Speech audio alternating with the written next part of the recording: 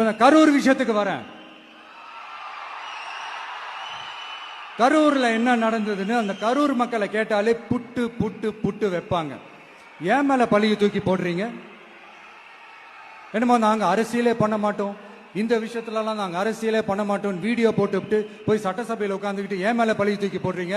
லேட்டா வந்துட்டாருன்னு போலீஸ் கொடுத்த டைம்ல நாங்க இருந்தேன். நாமக்கல்ல இருந்து கரூர் வர வழியில இருந்த மக்கள் எல்லாரையும் நான் என்ன அம்போன்னு விட்டுட்டு வர சொல்றீங்களா?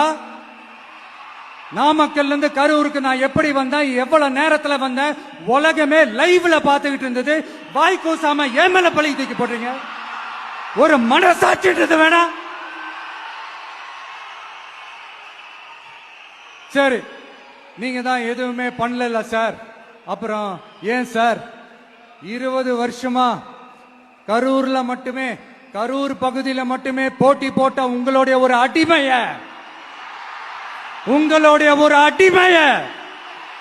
ஏன் கோயம்புத்தூர் வரைக்கும் ஓட வச்சீங்க?